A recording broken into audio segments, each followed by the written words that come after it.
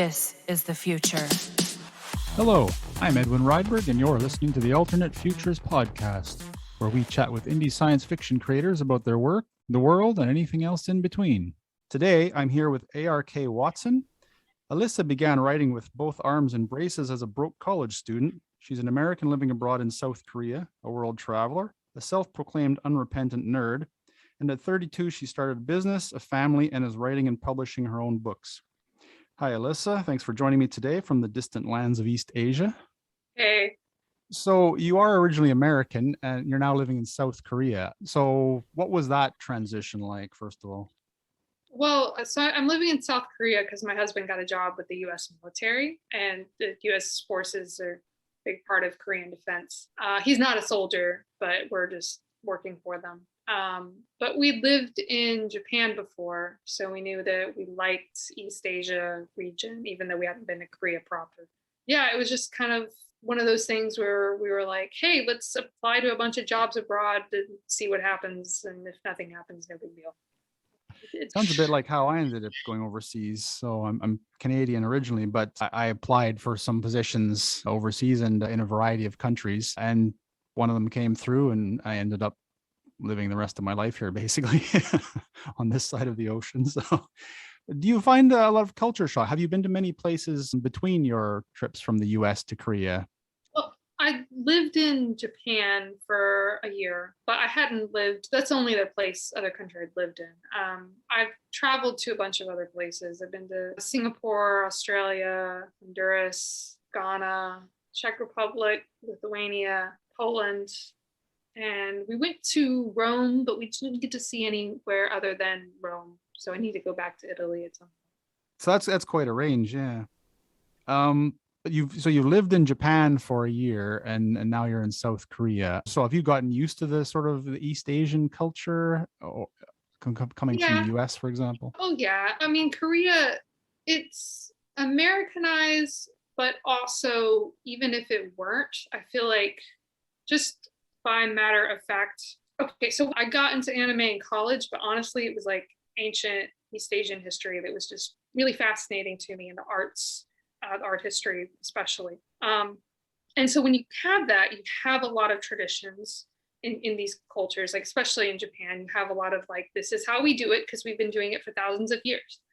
And some people can find that really disorientating and alienating. I liked it, but I also read up and studied it for a lot before I went to East Asia.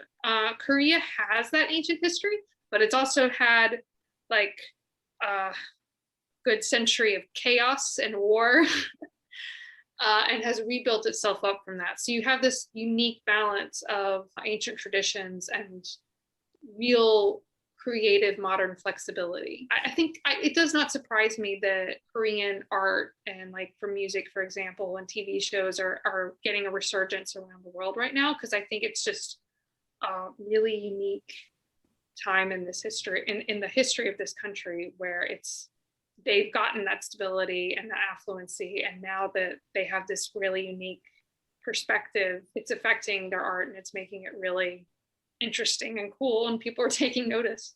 Yeah, it is kind of a hybrid of a couple of cultures that seems to really be catching attention, isn't it? I think it kind of started a few decades ago. So I sort of came to my attention with video games. So I like playing video games. I used to. I don't play much anymore because there's not much time. But StarCraft 2. And so that's what's basically known to be the Korean national sport, they call it over here anyway. And, you know, anyone who's not Korean is considered to be a foreigner in the game. And so that's where it came to my attention. But it's really taken off sort of now with obviously the K-pop and K-dramas and all of that. So, I mean, they built a very good tech infrastructure, haven't they, to support this as well? Yeah, it's a really impressive country. Yeah, it's I'm not like I said, but this is our first job working for the military. I'm not this sort of like, hey, America sort of thing. But when I came here and like I saw Korea, I was like actually really proud that my country could help this country, because they're really cool and they deserve our protection. If we can. So are you in Seoul then? Because that's basically, I think, what most people know of Korea. No, I am in Podunk, Korea, dude. There's There is a rice paddies outside my window and a chicken farm across from that.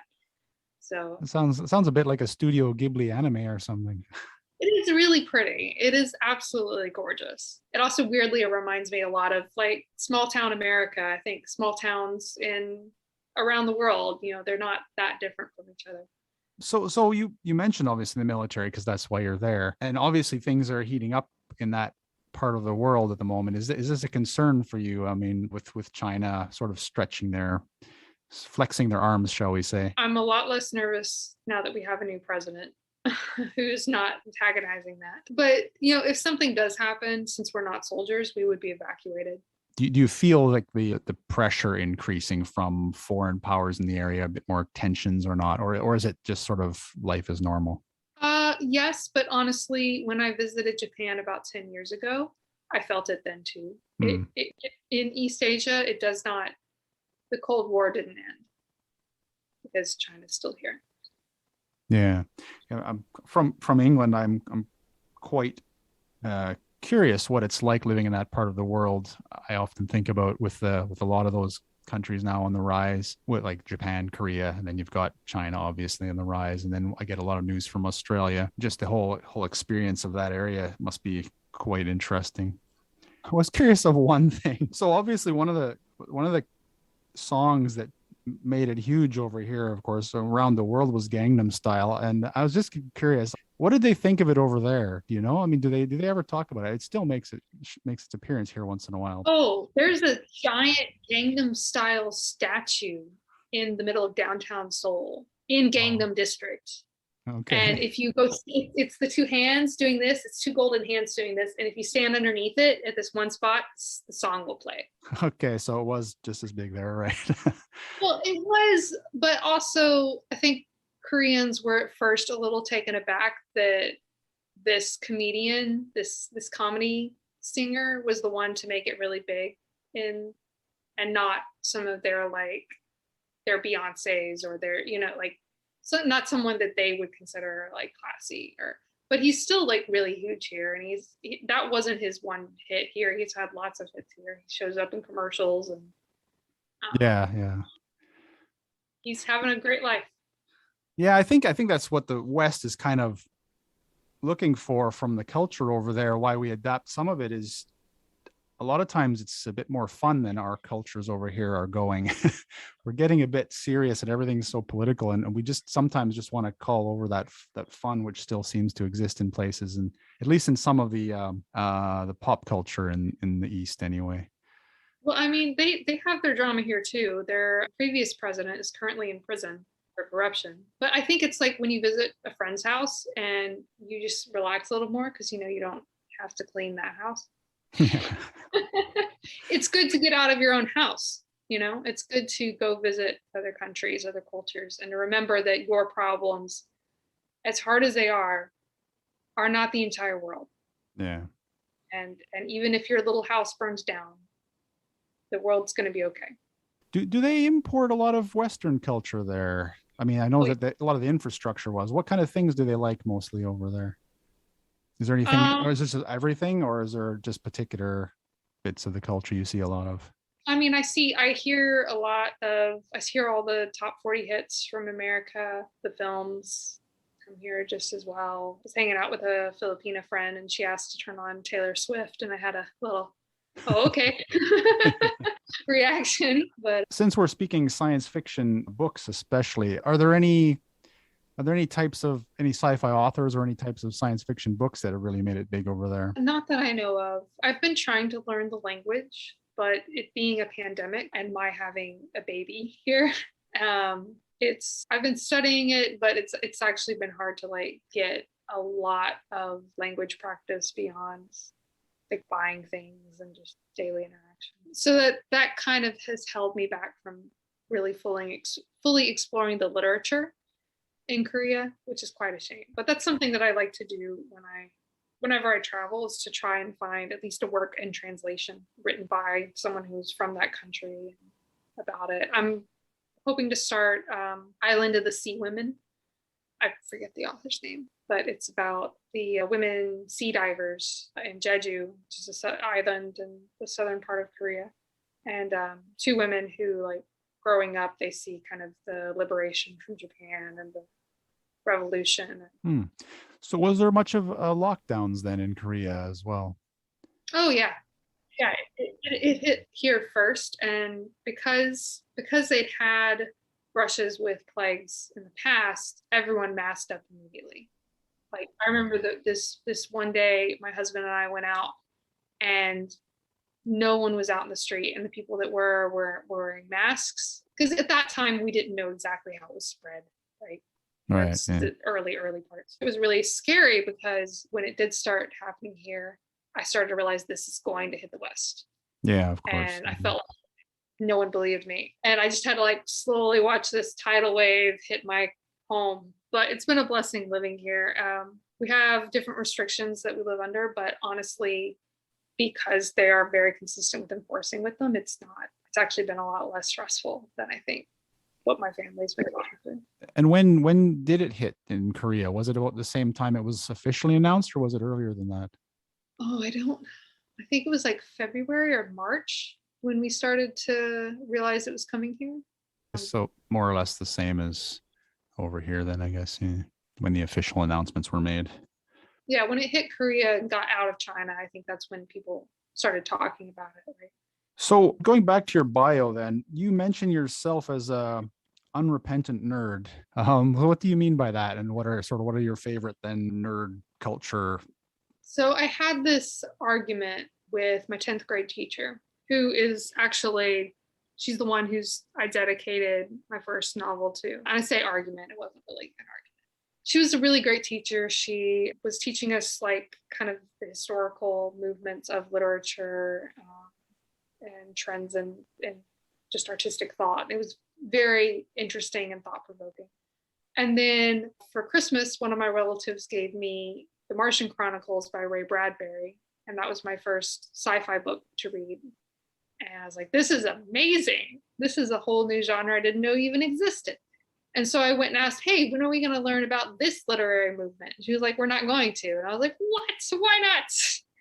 And so I looked up classic sci-fi authors and just decided to read through it myself. So I'm a huge fan of Isaac Asimov. I've read all the Dune books, the ones by Frank Herbert. I haven't read a lot of the prequels, and I read quite a few Star Wars books. Too many. Yeah, yeah, I read a lot of those too in the day. Yeah, I read through the New Jedi Order series. It was like 32 books. Oh goodness, that kind of killed my stamina for super long series now. Yeah, I like I did kind of stop reading the Star Wars ones after about the fourth Death Star, I think, or something, and then I said, "Well, it's getting a little bit repetitive." So, so and then what do they do when they make the sequels? They create another Death Star. But anyway. Oh. So you sounds like you had an early brush with the sort of the literati prejudice against science fiction then, but you went into science fiction writing anyway. The bug bit, and I didn't let go. So before we get to your books, I wanted to ask about your business then as well. So you've given me some interesting statements about your work history, and so I was going to delve into some of those because you mentioned you were working 5 jobs and barely making rent at one point. Yes. That sounds kind of frightening, to be honest. Honestly, the sad thing is it's I didn't have it as bad as a lot of other people my age. I graduated in college in 2010. I'm a typical millennial, and I'm a typical millennial from a not very prosperous part of America. So, just take work where you can get it. But it was frustrating. And I think through that made me really look at myself and say, okay, if no one's going to let me do what I want to do, what can I do to let myself do what I want to do? Yeah, that does seem to be I think a more robust direction in general. If you can figure out how to find your own niche in the marketplace and develop it yourself, then you're not at the mercy of all the institutions, as it were. So what was your background in uni then? I was a rhetoric and writing and information sciences major. I considered journalism and then realized that industry was really crashing in the US. I don't know what it was like in Canada or the UK. I think all over the West it's crashing. Well, I mean, like this, like they were not hiring people. I do not Mm. think that they are hiring people now, or maybe they are, but they, yeah, maybe if I had moved to New York, but I didn't have any money to move to New York. And then I thought about going into academia, and I realized that industry is also crashing. And then I wanted to go into publishing, but by then I was time to graduate, and there are no publishing houses in the Mid-South unless no ones that are like really can pay you well. So you've basically taken your information studies degree and turned it into a business essentially with your CatholicReads.com then. Yeah, that kind of came out of like an identity crisis. So I'm a convert to Catholicism, and I was not happy about it. It was something that I needed to do to live with integrity, and it threw me into kind of an artistic crisis, right? So if they say write what you know, or write own voices, your own culture, but everything in your culture, I mean, you're from Canada, so like I think any country that is touched by Great Britain is influenced, because Great Britain had its golden age in the middle of wars with Catholic Spain. And so the way that we are taught history, it's going to have a particular color to it. If we were living in Spain, it would probably have a different color to it. So I was really just kind of disconnected from my culture and trying to find my voice. And so I was like, well, I don't know if I want to like write Catholic books, as in like convert to Catholicism books, but I want to know what other Catholic authors are doing. And so the business kind of started as a way to find that and find how they were doing it and what I wanted to do from that. My first thought is just why Catholicism instead of one of the other. So when I did my university, I was quite surprised. So I was in sciences. I was quite surprised to meet a lot of Christians, but most of them were actually I think most of them are Baptists, so born again Baptists. So I'm just curious why Catholicism and not one of the other denominations. Well, see, I'm from the Church of Christ, very similar to Baptist. And I'm very grateful to my family. I have a lot of scientists in my family, and my family is also very deeply religious. And people don't think of scientists as religious people, but if you look at the statistics, it actually kind of are. But so my faith was couched in understandings of historical evidence and the historical reliability of the Bible and other sorts of things. And my understanding was that the church I grew up in was the most authentic reflection of Christianity as it was meant to be established. And then I started reading the early church fathers and everything pre 300 AD, which there's variances, but most Protestant dominations put 300 AD as like the point where after that it becomes too like corrupted Catholic stuff. And it was unnerving. It was unnerving how many church fathers talked about praying to the saints and Mary and all this stuff I didn't want to hear. And I'm not saying, you have to believe me, but that's why I felt that the evidence is leading. So I need to, if I'm gonna be an honest person, I have to follow the evidence. If it goes somewhere else later in my life, I'll follow it there too. It's scary the first time you make a big conversion like that, but you also realize that it makes you more at peace with yourself, so you're less scared of it. Yeah. Yeah, I'm still fairly atheist, but more spiritual perhaps. But despite that, I'm married to a Catholic and my daughter goes to a Catholic school. Yeah, it was weird because growing up in the Bible Belt, I ended up actually really empathizing with a lot of other atheist converts who were also going through a lot of drama with their family for their conversions, who were also making their decision because they just wanted to live with integrity, and this is where they understood the evidence going. Well, first of all, with your CatholicReads.com, then how do you find the authors that go into your site? Do you search them out? Do they come to you? I haven't had to search them out since like the first, like maybe 3 months since we launched. The internet is a great aggregate for minorities to find each Mm. other. Yeah.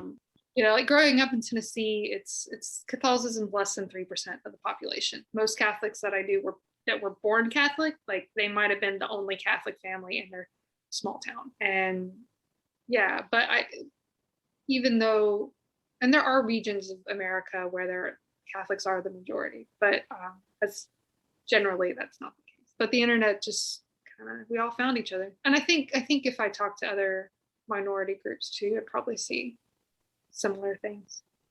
Yeah, that is an interesting observation. Probably in a way easier to find a niche group on the internet than it is to figure out where you'd belong in sort of the majority, just because of the natural filtering of the systems.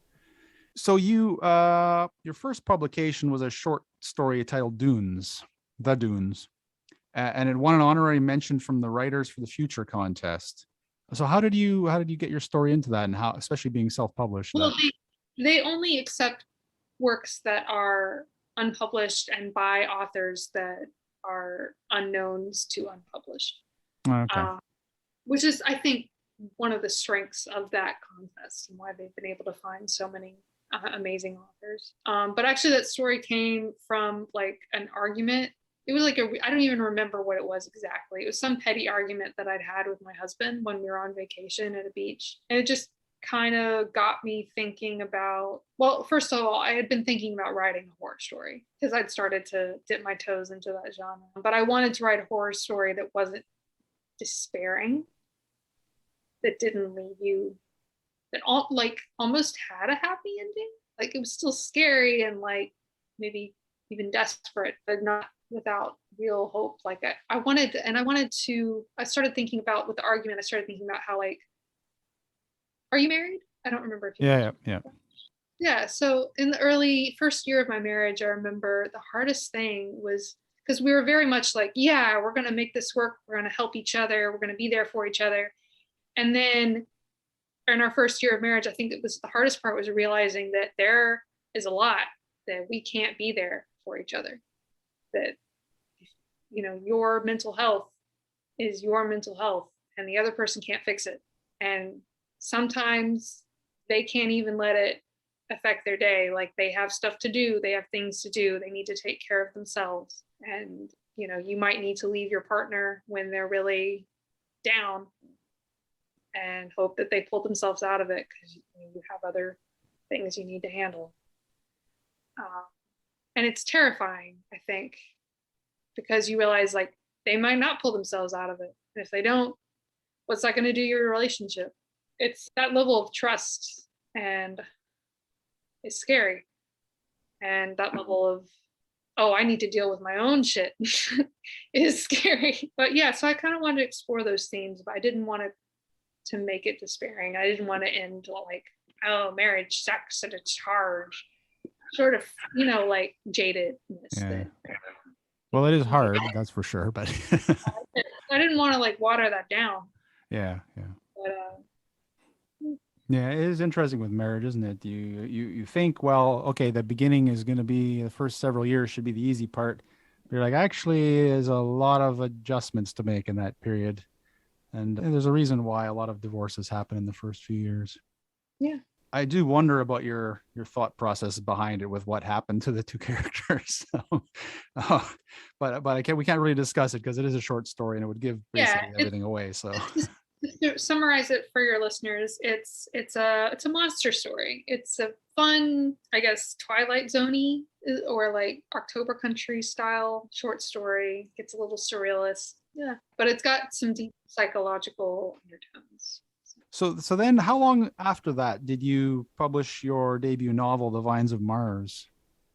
Honestly, I can't remember because I published them. I'd been working on them. I'd had the Dunes done for a while, and I've been working on The Vines for many years. And I just had my baby, and any new parent will tell you that you lose a lot of short-term memory when you've had a kid because you're not getting a lot of sleep and your brain is growing and like developing a new relationship really, really fast. So you kind of get brain drain. So honestly, I don't remember exactly. I think I published the Dunes in June and then the vines in September. And it was also kind of that 2020 thing of like, well, the world's going to shit. So what can I do to make me happy that I can control? Get my books out. The Vines of Mars, you said, earned you a place in Yale's summer creative writing workshop. What was that like? That was pretty fascinating. That was definitely where I got a lot of the literati prejudice against science fiction. Interestingly, I did not get it from any of the staff or the teachers. They were fantastic. Huh. And if you have an opportunity to go to that workshop, do. But the snobbery actually came from the other students. So just be aware of that. And I think it does say something that the people that were actually working professionals in that industry were not actually snobby about it. That's good to know. Yeah, but yeah, it was a good experience. It gave me a lot of confidence in that, oh yeah, I actually can do this. But it also made me want to, be confirmed in that I wanted to do independent publishing, at least at the start. I might pursue traditional publishing in the future. I wanted to understand the industry inside and out. And I think indie publishing lets you do that. It lets you get into the thick of it. It doesn't just let you, it kind of forces you, doesn't it? Yeah, it forces you. And it also gives you that complete freedom of voice. And I was going through that artistic identity crisis after my conversion. So I didn't want to be influenced by any kind of prejudice. I just wanted to find out what I wanted to say and how I wanted to say it. And it's interesting, like having started Catholic Reads, I don't find myself writing books where it's like, hey, convert to Catholicism. I find myself writing books where it's questions I have about metaphysics, philosophy of the world, and I'm really just kind of writing it to discover it. And I think I got that from Isaac Asimov. The way he writes about the 3 laws of robotics, it's almost like he's just kind of testing out his own thought theories and trying to figure out where to go with this. And I always found those themes a lot more compelling than, say, he's one who's he's very negative about religion in general. Anyone who's religious in his stories is either an idiot or a villain. But it was never, his take on that was never convincing to me because it was very preachy. It was very like one-dimensional type of thing. Yeah, but where he made me think was where he was thinking, where he was pushing himself. And so that's kind of just what I want to do is I want to grow as a person, and writing is one way to do that. Just on a brief aside, that is interesting, the sort of path that I think religion, our perspectives on religion have taken over that period, because from then till now as well, because like you say, in the sciences and science fiction, there was this fairly one-dimensional representation, kind of focusing on the sort of extremist literal interpretation of the Bible and criticizing that. But then also a lot of the religious, let's say, movies and books were also fairly one-dimensional in the opposite direction. And so I think now what's interesting is that I think there are some aspects of that are coming together to flesh out both sides a bit more as sort of parts of society feel like they're collapsing. We're looking sort of deeper into the religion. So even people who wouldn't necessarily consider themselves religious are looking to find meaning within the stories that they don't find in other parts of society, perhaps. Yeah, I mean, I think just the human race, we make myths. We do cave paintings and do drugs under them and try to figure out what's going on. We are a spiritual and a scientific species. And finding the balance in that is a fun journey. But I mean, I don't blame Isaac Asimov for his attitude. He was living at a time and right in the thick of like Scopes monkey trial and like trying to get people to listen to very basic scientific principles that unfortunately people still put up roadblocks to nowadays too. But yeah, I think part of going beyond that is showing characters who are religious but still have questions, who are scientific but seeking.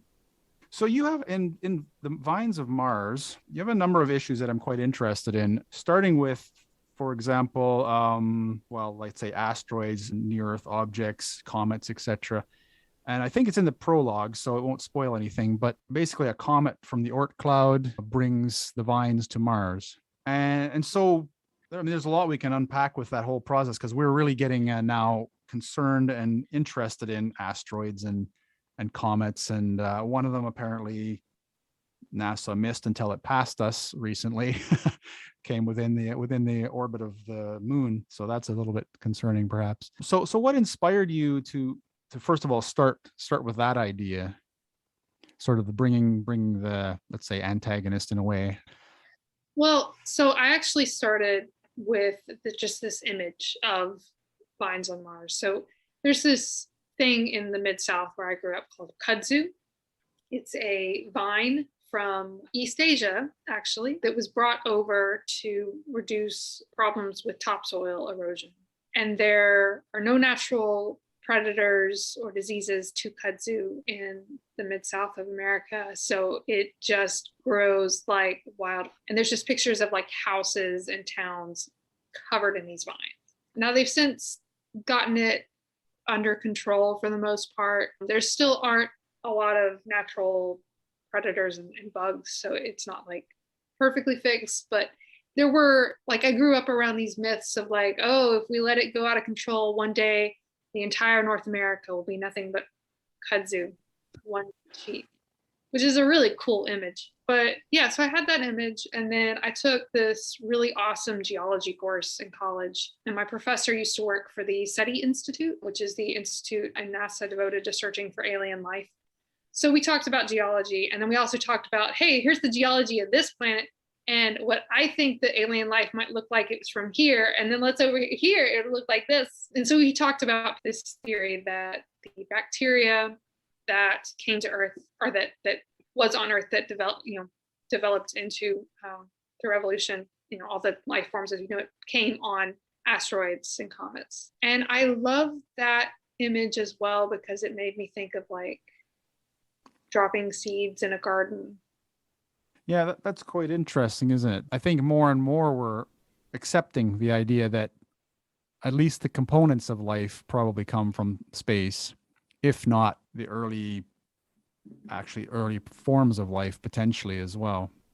So you mentioned taking a course on that.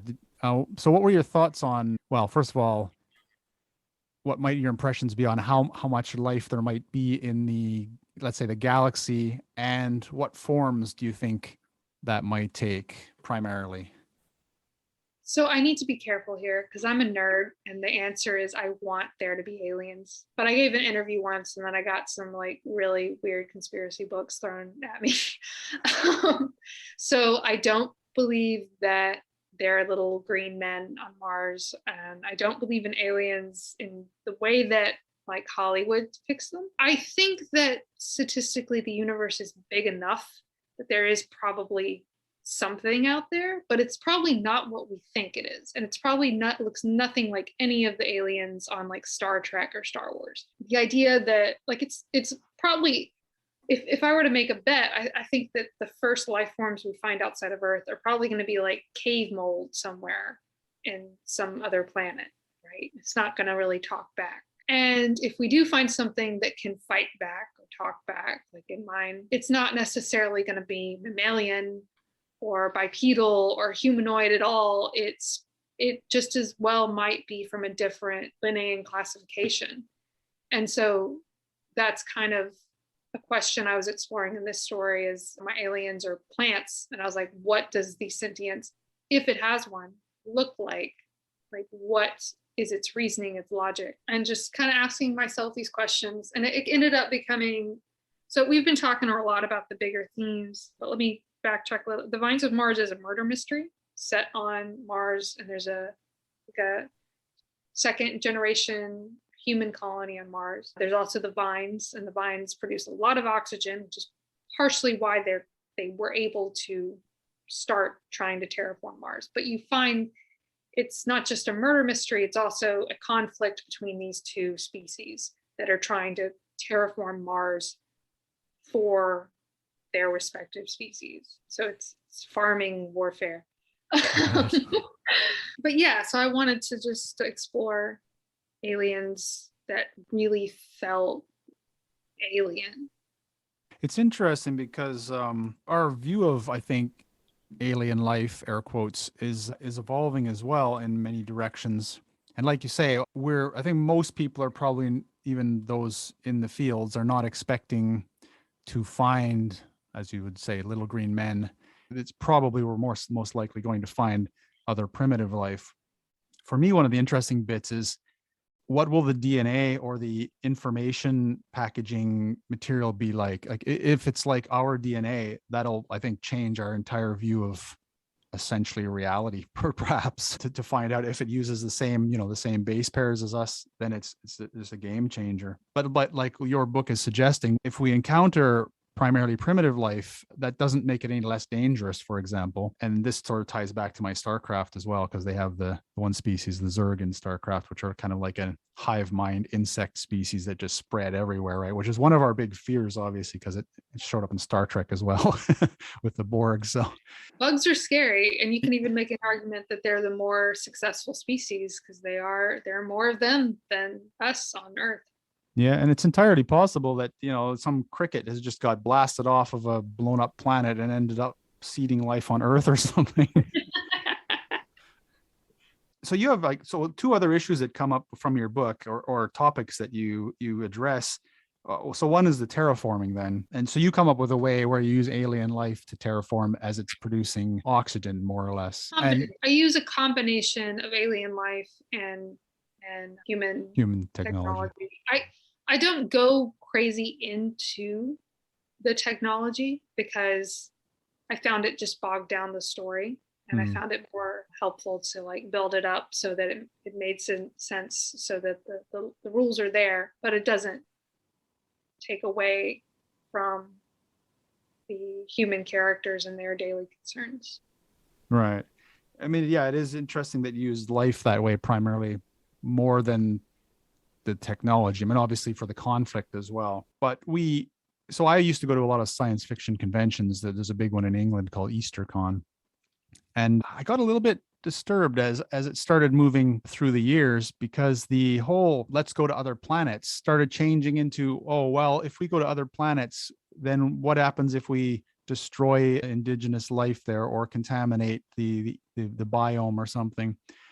And well, one thing from your book is that, those planets may not be as harmless or defenseless, those biomes, as we think as well. I mean, we also have to face the reality that we're going to be at risk also. And so the prime directive for a society like ours at our state may be irrelevant, because might just be a survival situation, won't it? And not just, it's important to think that in nature there is warfare, but it's not all warfare. I've been reading up on A Search for the Mother Tree by Suzanne, oh, I forgot her last name. She is this, I forget the name of her title, but she's doing research into the way that old growth forests share resources. So there's actually different symbiotic funguses that permeate the roots of different trees. And through that, using that fungal network, one tree can send nutrients to another tree. And they'll do this for their children, for like seedlings, but they'll also do this cross species. It's absolutely fascinating. And I think that, yes, there may be some bloodshed and warfare when we encounter other biomes, but there also might be chances and opportunities for symbiosis, and that will change us. That will change our biomes. Like when Europeans came to America, it brought a lot of diseases, and people cover all that death, as they should. But America also changed the biome of the rest of the world. Can you imagine Italy without tomatoes? And like having corn and potatoes and all of this completely changed just like the energy output that societies could do. It changed, people are what they eat. It changed the biome across the world. And it's scary, and it's a great fodder for stories because there's a lot of conflict, but it's not all death. Yeah, well, I think that's an important thing to keep in mind, especially these days. We seem to get locked into a fear of change. We're almost afraid of anything changing now.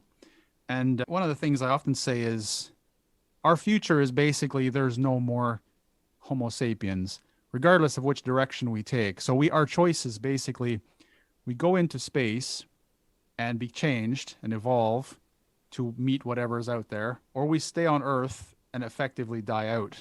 That's more or less our options, the way I see it. And so Yeah. I'm definitely for the first one. I mean, you just can't be afraid, can you? I mean, it's well, you can be afraid, but I mean, you have to go through it anyway. It's not going to be a pleasant wonderland out there, but it will be amazing. I think that's what I love about science fiction is that it takes you through fear and Hmm. says, okay, like, what if we get the alien invasion? What then? And the stories don't end, you know? Yeah, exactly.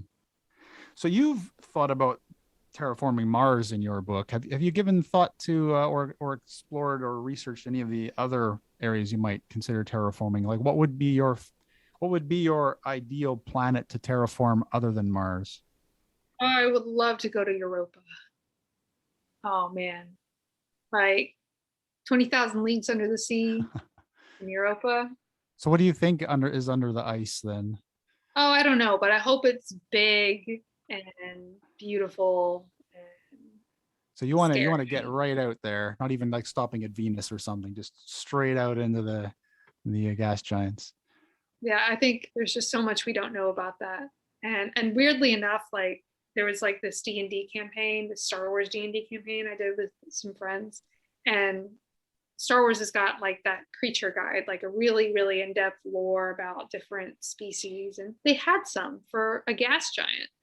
They had like floating air plants, right? And currents of water and steam running through these gas giants. And it was really cool. Yeah. I think Yeah, there's a there's lot. again, I think David Brin also did something similar in the sun, for example, having little creatures that actually live within the plasma of the sun. Yeah, just it's just mind-boggling that what we could find out there when we get there. So, what do you think of a timeline for us moving into the solar system? I mean, it feels like things are finally starting to move after waiting, decades or more for some of us. But yeah, what do you think about that? I don't know. I think that has more to do with the day-to-day shift of politics than I have the patience to wade into.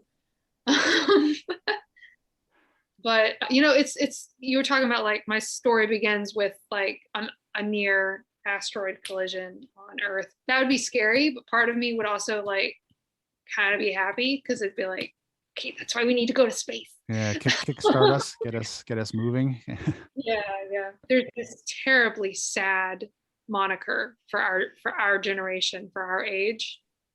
It's too old for long ships, too young for starships. Okay. Well, maybe not the second one. You'll end up seeing, I guess. We'll see what happens. Never know what Elon Musk is going to pull out of his magic bag.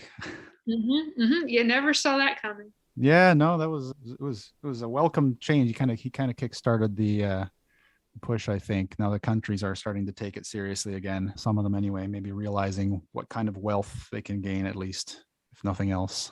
And I'm excited that it's not just America in the game Hmm. either. You have other countries. I think it's been good for America to be like, oh wait, other countries are catching up to us.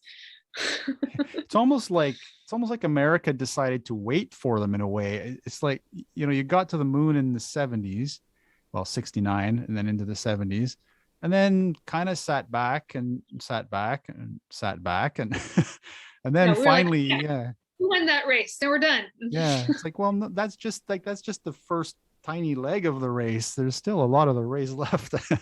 And of course, Yeah, hopefully we'll take the rest of the race together as a species. But and I understand like the reason why other things take priority, but I think I was hearing that for every dollar that the US government has invested into NASA, we've gotten $14 back. yeah, I mean, it's a So great investment generally. Yeah. And there's even more. Like if you talked about robot mining the asteroids, I mean, there's undoubtedly some company is looking at that as a money making. I mean, even the helium-3 on the moon. So just the you would have thought the wealth potential would have driven it, if nothing else. But anyway, now it it seems is, to be. but Well, it it is. isn't. We have this weird billionaire race going on. Well, now it is. Yeah. Once the billionaires got involved, but for the countries, it didn't seem to motivate them much. I always found that interesting. So speaking of then leaving the planet, that leads us to colonization, which was a big part of your book, of course, at least the background of your book. One of the things that was interesting is, if I'm not mistaken, the main character was Spanish. And was his wife French? I got the impression she was French for some reason. She was half white, half black, but both parents were French. So for me, it's quite interesting to think of, because in a lot of science fiction, when we colonize other worlds, other planets, whatever, we don't really focus on that a lot. But I think in the early stages, it'll be interesting to see, and I'm curious how you envision this. Do you think we will have different cultures sort of creating pockets, or will it be more homogeneous? Maybe different religions finding their own, culture. Because if, for example, if Jeff Bezos starts building, orbiting platforms, then maybe, various groups will buy those up, and we'll have, Muslim platform and a Christian platform. And so what do you think? How do you think that, would you think it'll be more homogeneous, or do you think that is sort of the first stages?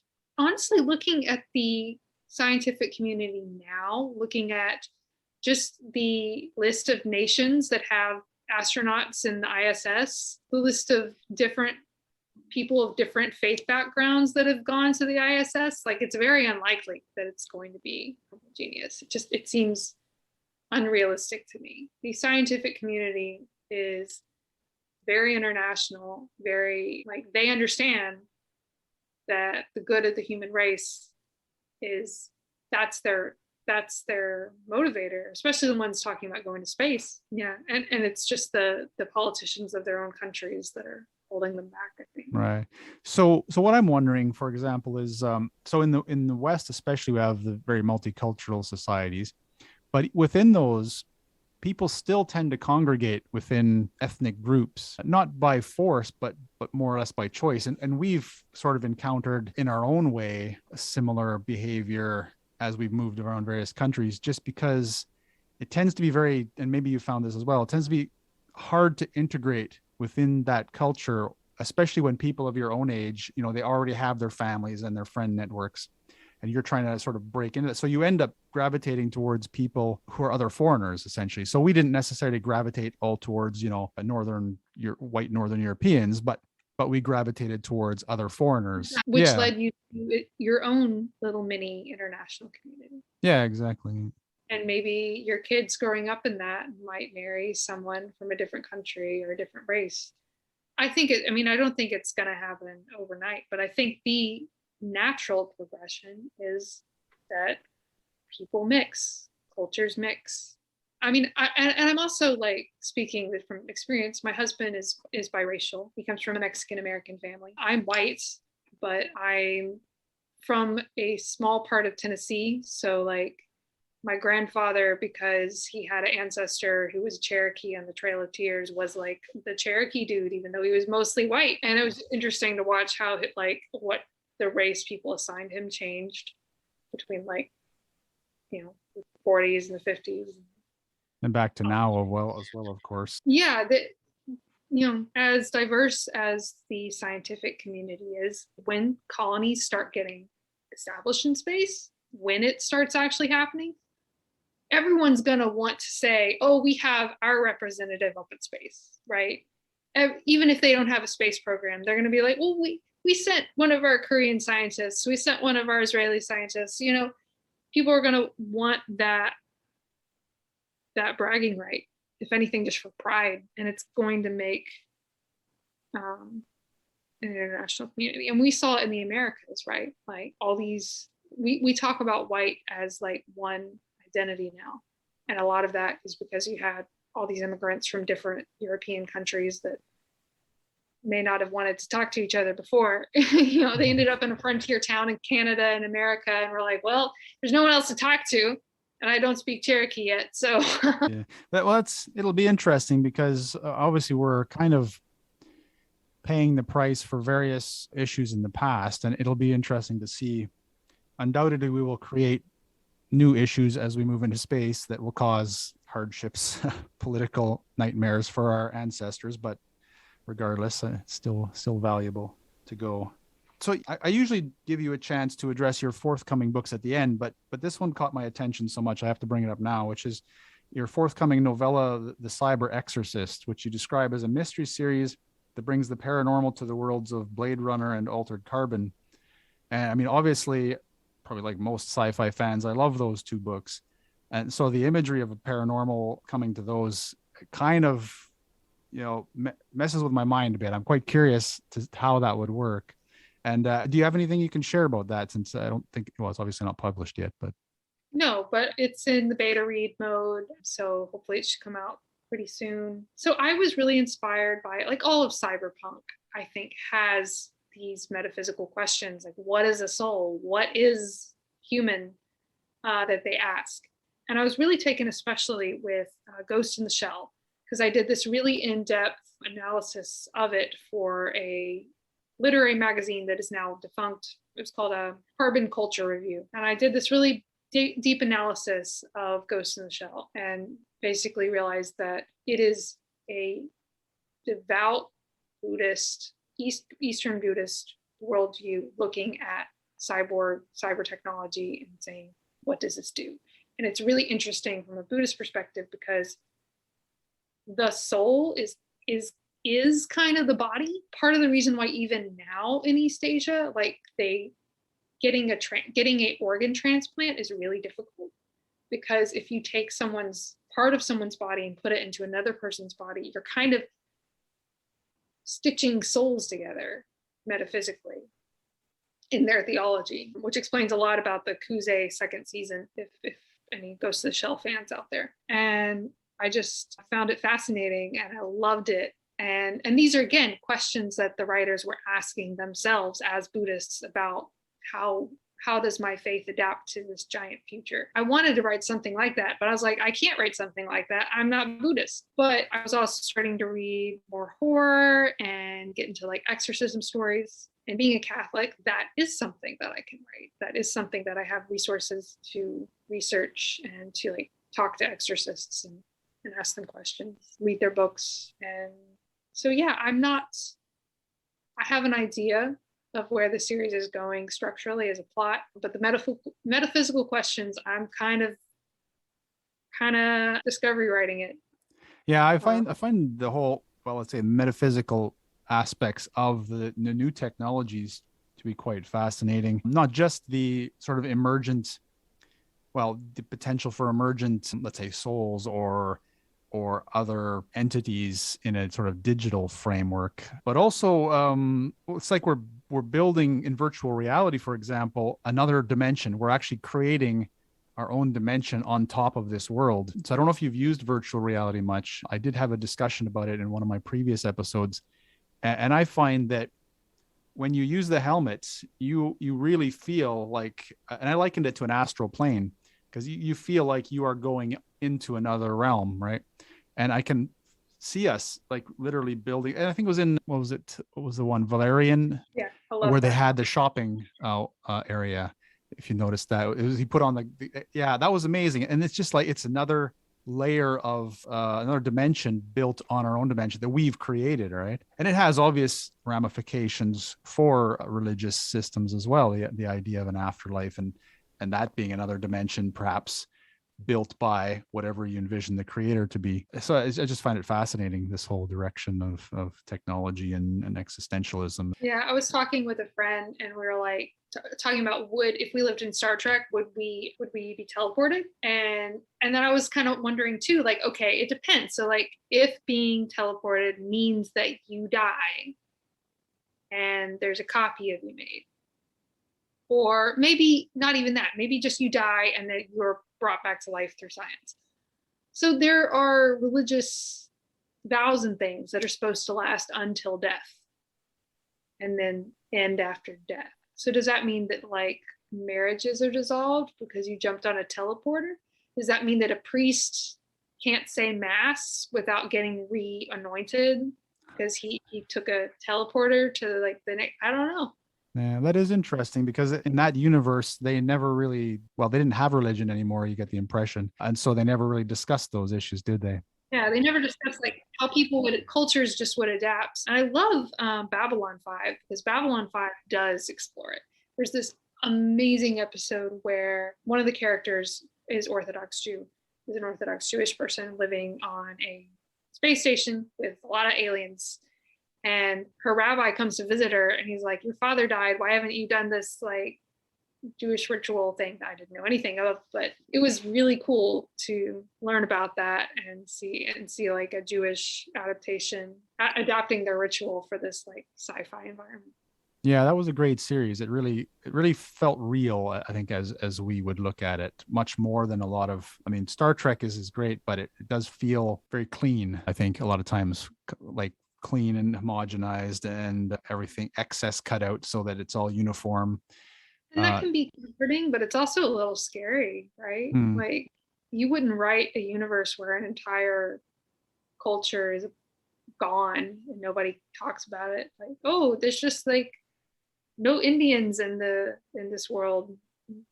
No reason. You know, like why would you do that to like an entire religious group or or all religious groups? Like at least people would make up another religion, given how just we are by nature. Yeah, and that's exactly. I think it is a criticism some people level at it now. I think as we've been with the story for long enough that we start, as with all of our stories now, it seems we start picking apart these kind of details, and we're like, well, clearly that could be considered to be a kind of frightening totalitarian state in a way, because you've done away with everything that doesn't streamline the state into a particular direction. We're going to move on to your own story for this shortly, but I have two questions that I ask all my authors before we get to that point. And that is, which one of the many issues facing humanity at the moment would you be most inspired to base a story around? I don't know. So a lot of the germs for my stories, the germination of my stories really began with very personal experiences, issues. So I think it would depend on how my latest therapy appointment's going. Yeah, I mean, there are big political issues, of course, environmental and psychological. But I think if you start with personal and then build up to those, it makes those issues more compelling and more fleshed out. It's not just, oh, global warming's happening and we could all die. It's like global warming's happening and all of these specific trees are dying out, which means like the tree that your grandfather planted 6 generations ago that's been on your homestead forever is dying for the first time. It's both personal and international. Hmm. And when I'm speaking of issues, of course, it can be as broad or as narrow as you want.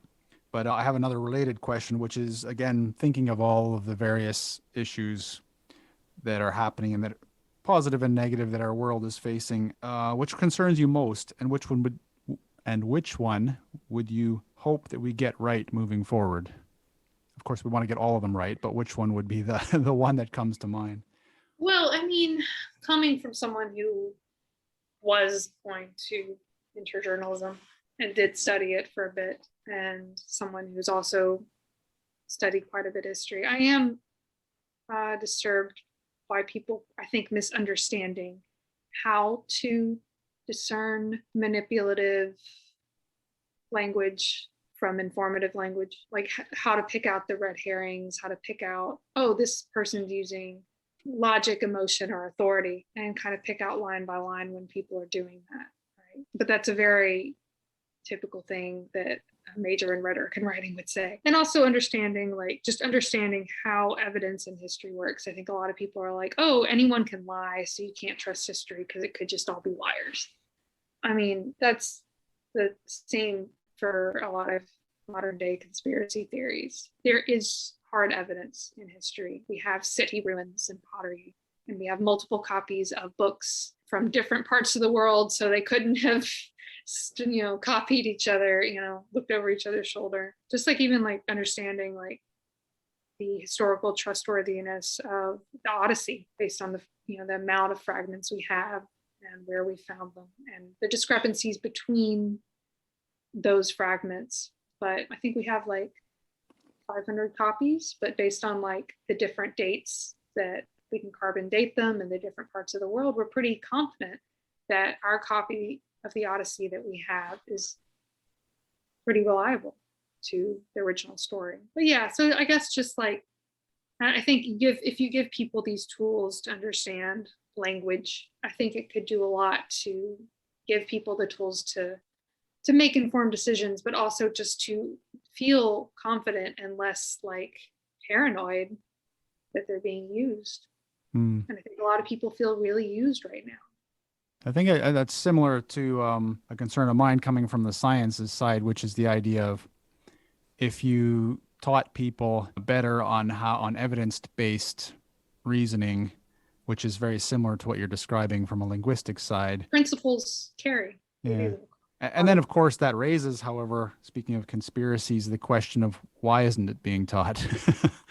And that could take us down a whole nother rabbit hole as well. I think sometimes it is. I think that kids don't listen, and we need to constantly be learning. Yeah, I do agree with that. Yeah. I think it personally, I think that it's one of the things that should be hammered in almost constantly with whatever they're learning, those ideas of evidence-based reasoning in whatever field you're learning. But yeah, maybe one day.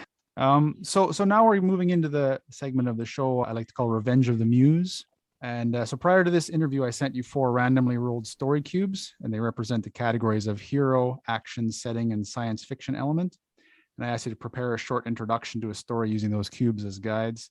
And just for those following along at home who'd like to try their hand at this or just to have a look at the images, they're going to be on the alternatefutures.co.uk website in the podcast section.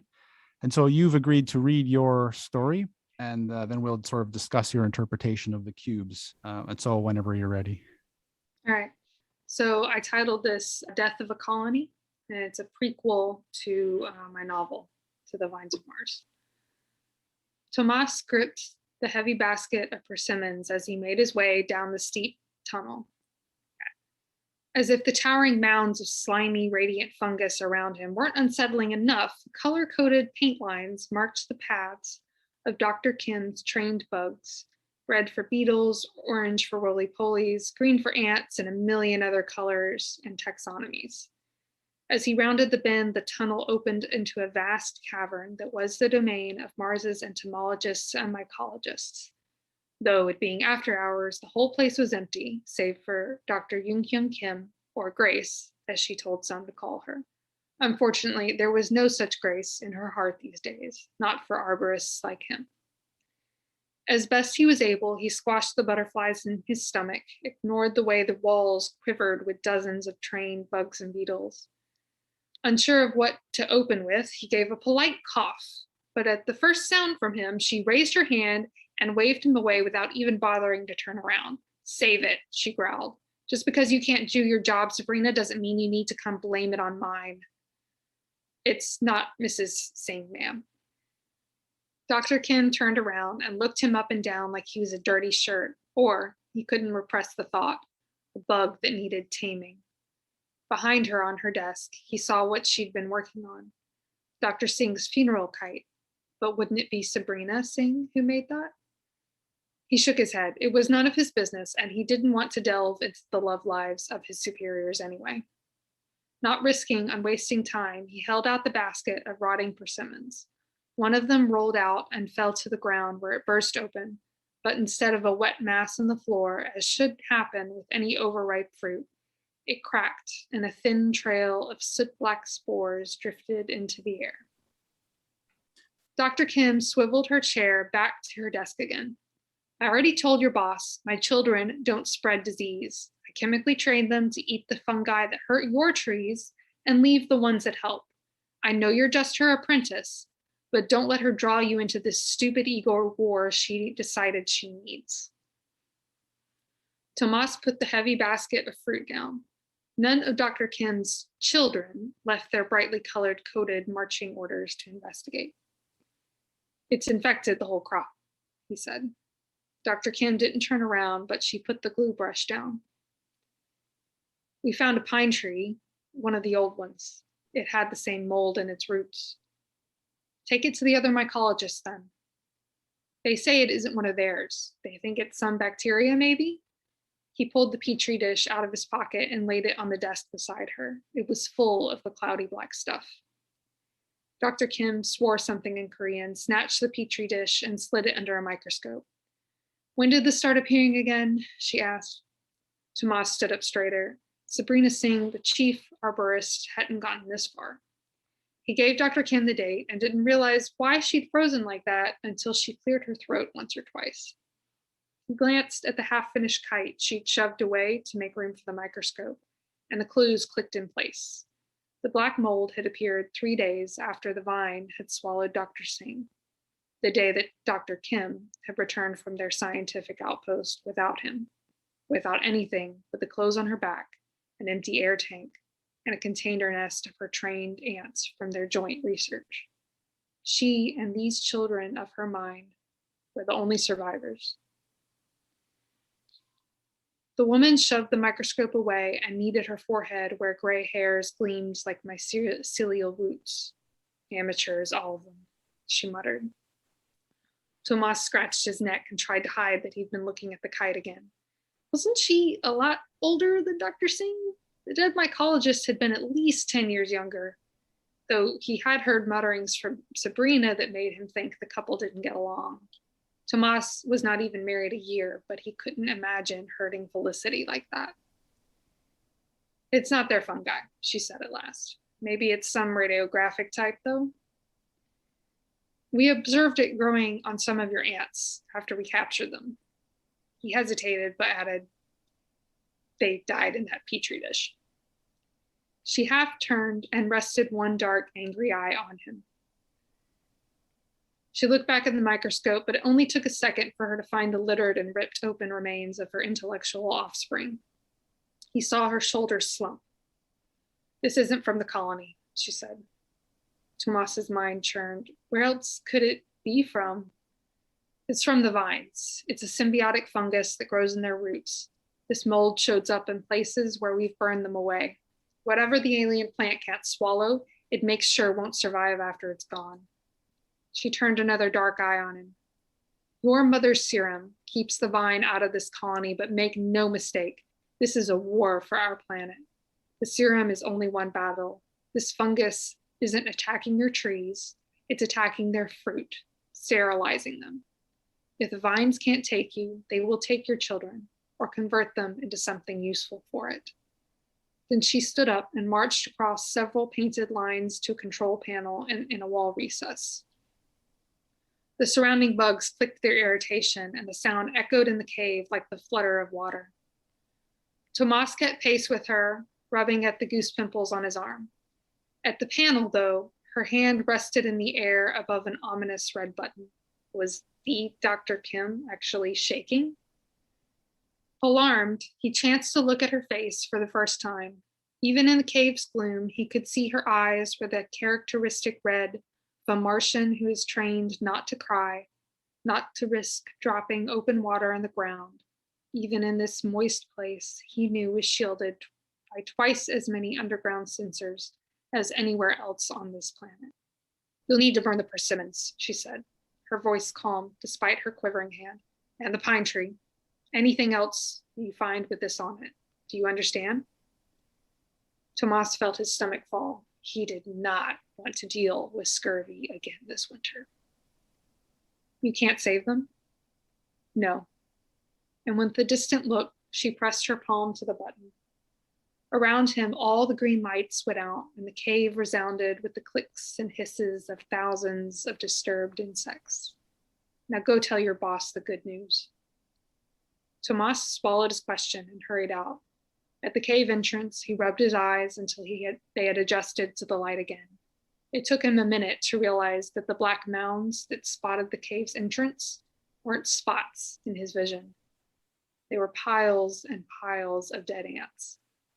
Now everything that Dr. Kim had brought from the scientific outpost was dead except her. So maybe you could just walk us through your interpretation of the cubes. Yeah, so they were like kind of like a spy or a thief looking guy. And I don't have them in front of me. There was an ant and a mushroom, and like the ending was supposed to be a button press, right? So I was already thinking about the relationship between like fungi and insects on my colony, because that wasn't something I was able to explore in the novel, but I was like, it needs to be there. Like there obviously would be bugs that they would need to bring if they're going to grow plants. And there would need to be fungi to help alter the soil and make it fertile and able to feed. So those were two elements that I was already kind of daydreaming about for a while.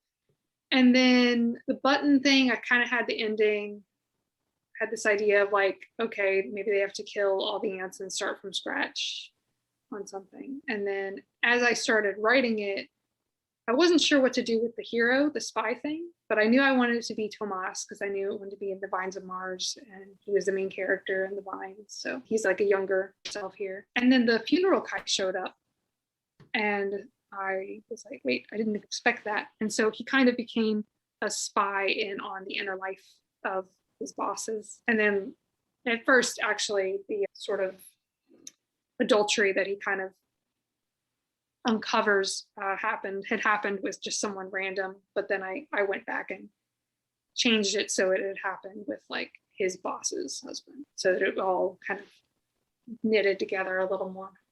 That's pretty cool. Yeah. So you got ones that fit quite well with your actual story then. That was pretty fortuitous. Fortuitous, yeah. That's the word, yes. Because some of the previous authors have gone to real interesting metaphorical lengths, which is always really cool to listen to the thought processes. But I'm glad that this one sort of fit really well into your story that already existed as well. So I guess, so just before we finish then, I just wanted to give you a chance to share with us any other projects you're working on, or perhaps with the Cyber Exorcist, what stage you're at and maybe what your expected release date might be. I'm hoping to get it out soon, probably early 2021. 22, you mean? Oh, sorry. The year's gone already. Yeah, so it's with beta readers right now. So in November, I'll start editing based on the feedback, and then I'll send it to a copy editor, and then I'm going to put it out. My first book, it went through multiple rounds of editing as it needed to, but going forward, I want to be a little quicker about this. I know it might mean that things won't be super shiny perfect, but I don't want to take 10 years to publish the next book. And it seems like the best way to learn is to write and to make mistakes and keep going. And once the book starts making enough, you can go back and pay for another copy edit or something if you need it. But yeah, so I'm hoping to get it out early 2022. So where can people find you online then? I have a website. It's ARKWatson.com. I'm on Instagram as A.R.K. Watson. I have a newsletter. I am not spammy about that at all. So if you aren't on the social media or anything and you don't really want, but you do want to hear about updates and when new book releases are out or when something's on sale, then my newsletter is like a pretty easy way to do that. Oh, that's awesome. So thank you, A.R.K. Watson, for joining me today. And let's say 감사합니다, if I get that pronounced right. Yeah, 감사합니다. It's the only Korean I know. So 고마워 is like thanks. It's a little shorter. Okay. And hopefully we'll have a chance to speak again, perhaps when your next book comes out. 안녕히 계세요. Thank you for listening. Transcripts of this and all episodes are available at alternatefutures.co.uk, as are the StoryCube images and original story openings written by my guests. If you've enjoyed this, why not share it with friends and other sci-fi fans you know? If there are any indie sci-fi creators you'd like to see featured, send me a message at podcast@alternatefutures.co.uk. Finally, if you'd like to support this podcast financially, you can do so on Subscribestar. Just search for Alternate Futures. There you can find extra discussions and information that hasn't made it into the final edit. And thank you once again for listening. I hope you'll join us on the next episode. This is the future. Human error.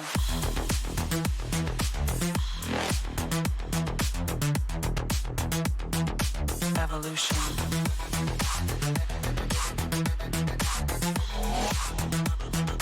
This is the future.